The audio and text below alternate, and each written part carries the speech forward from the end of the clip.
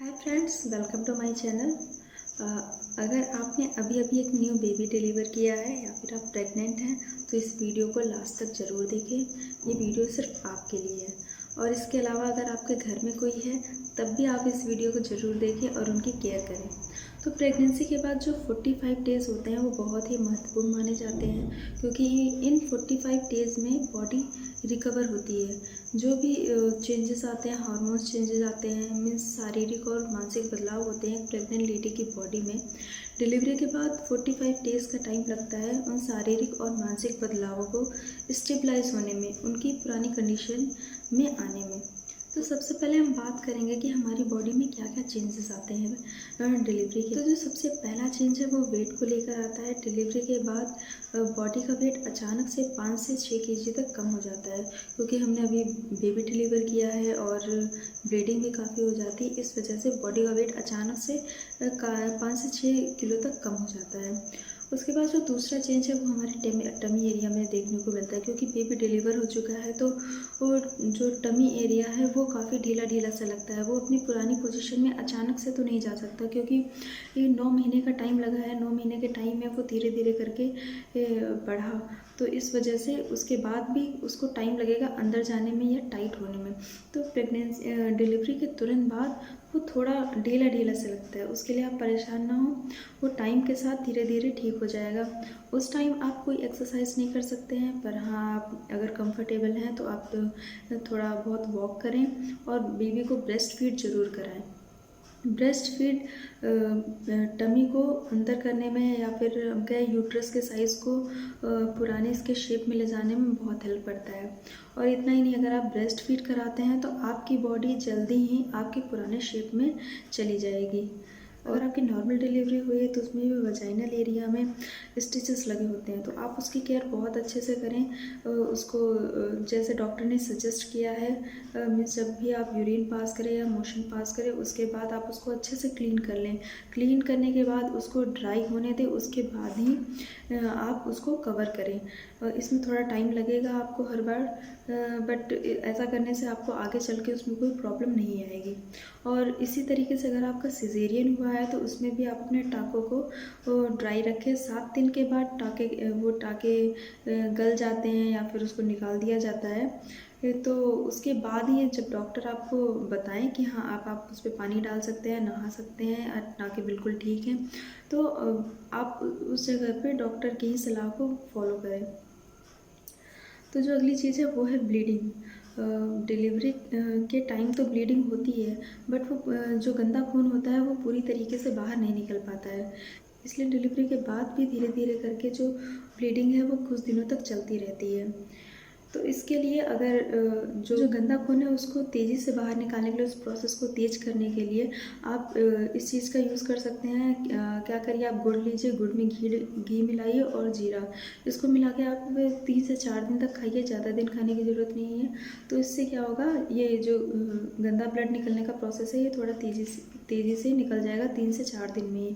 बाकी ब्लीडिंग तो 15 दिन या 1 महीने तक डिपेंड करता है, सबका अलग अलग होता है, वो चलती रहती है। ओके, तो नेक्स्ट हम बात करते हैं जो हमको चेंज देखने को मिलता है अपनी बॉडी में डिलीवरी के बाद, वो होता है। तो डिलीवरी के बाद ब्रेस्ट में मिल्क सप्लाई होने लगता है। स्टार्टिंग में तो ये कम होता है, but day by day according to need of your child, जैसे जैसे बच्चे की ज़रूरत बढ़ती रहती है ब्रेस्ट मिल्क भी बढ़ता रहता है। अगर आप एक्सक्लूसिव वो ब्रेस्ट मिल्क कराते हैं, मतलब आप बच्चे को सिर्फ और सिर्फ ब्रेस्ट फीड पे रख रहे हैं, तो बहुत ही अच्छी बात है।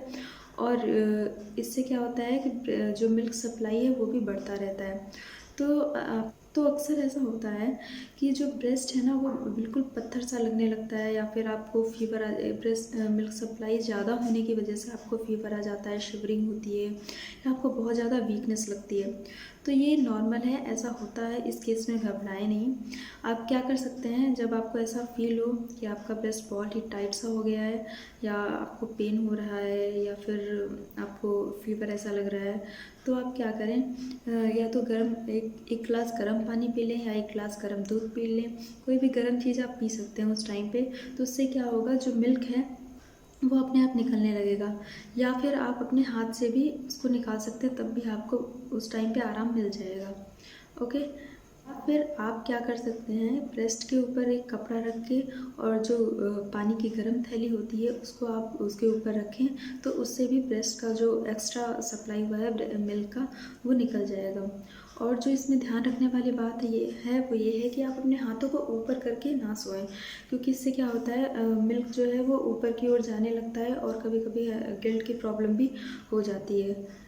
इसलिए आप सोते वक्त ध्यान रखें, एक साइड होकर ना सोएं, क्योंकि एक साइड होकर सोने से क्या होता है, जो मिल्क सप्लाई है वो एक साइड ही जाने लगता है। और आप बेबी को जब भी फीड कराएं तो अब दोनों ब्रेस्ट से कराएं। तो नेक्स्ट हम बात करते हैं फूड की, कि खाने का कैसे ध्यान रखें।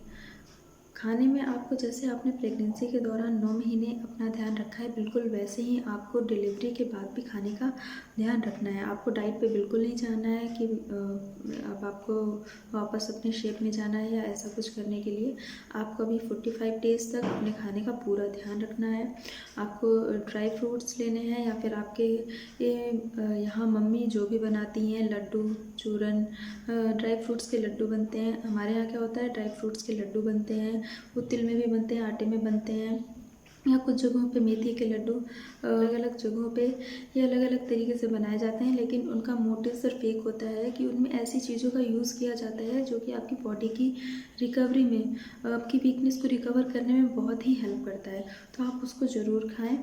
और इसके अलावा आप प्रोटीन से भरी हुई चीज़ें लें, ड्राई फ्रूट्स खाएं, जितना ज़्यादा हो सके प्रोटीन अपने डाइट में ऐड करें, और पूरा खाना लें, दाल चावल सब्जी रोटी सब कुछ लें। इसमें कुछ भी अवॉइड करने की ज़रूरत नहीं है। हाँ, आप फैट को अवॉइड कर सकते हैं, ज़्यादा फैट लेने की ज़रूरत नहीं है, ज़्यादा कार्बोहाइड्रेट लेने की ज़रूरत नहीं है। प्रोटीन की मात्रा को बढ़ाएं और कार्बोहाइड्रेट और फैट को कम करें। आप मिल्क ज़रूर लें, घी का यूज़ ज़रूर करें अपने खाने में। तो जो अगली चीज़ है वो है बॉडी की मसाज।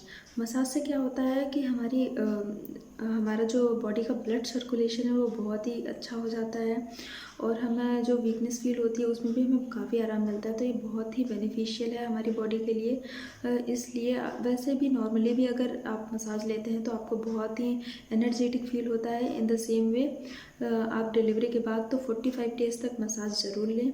और जो हमारी मम्मा लोग बोलती हैं, सिर पर तेल ज़रूर रखें। सिर पर तेल रखना, सिर को ढक कर रखना, इसका मोटिव सिर्फ ये है कि आपको कहीं से भी सर्दी ना लगे और आगे चलकर माइग्रेन या हेडेक ऐसी कोई प्रॉब्लम आपकी बॉडी में ना आए। ओके, तो इस वीडियो को यहीं पे क्लोज़ करते हैं। अगर आपको इसमें दी गई जानकारी अच्छी लगी हो तो आप हमारे चैनल को प्लीज़ सब्सक्राइब करें और इसको शेयर ज़रूर करें।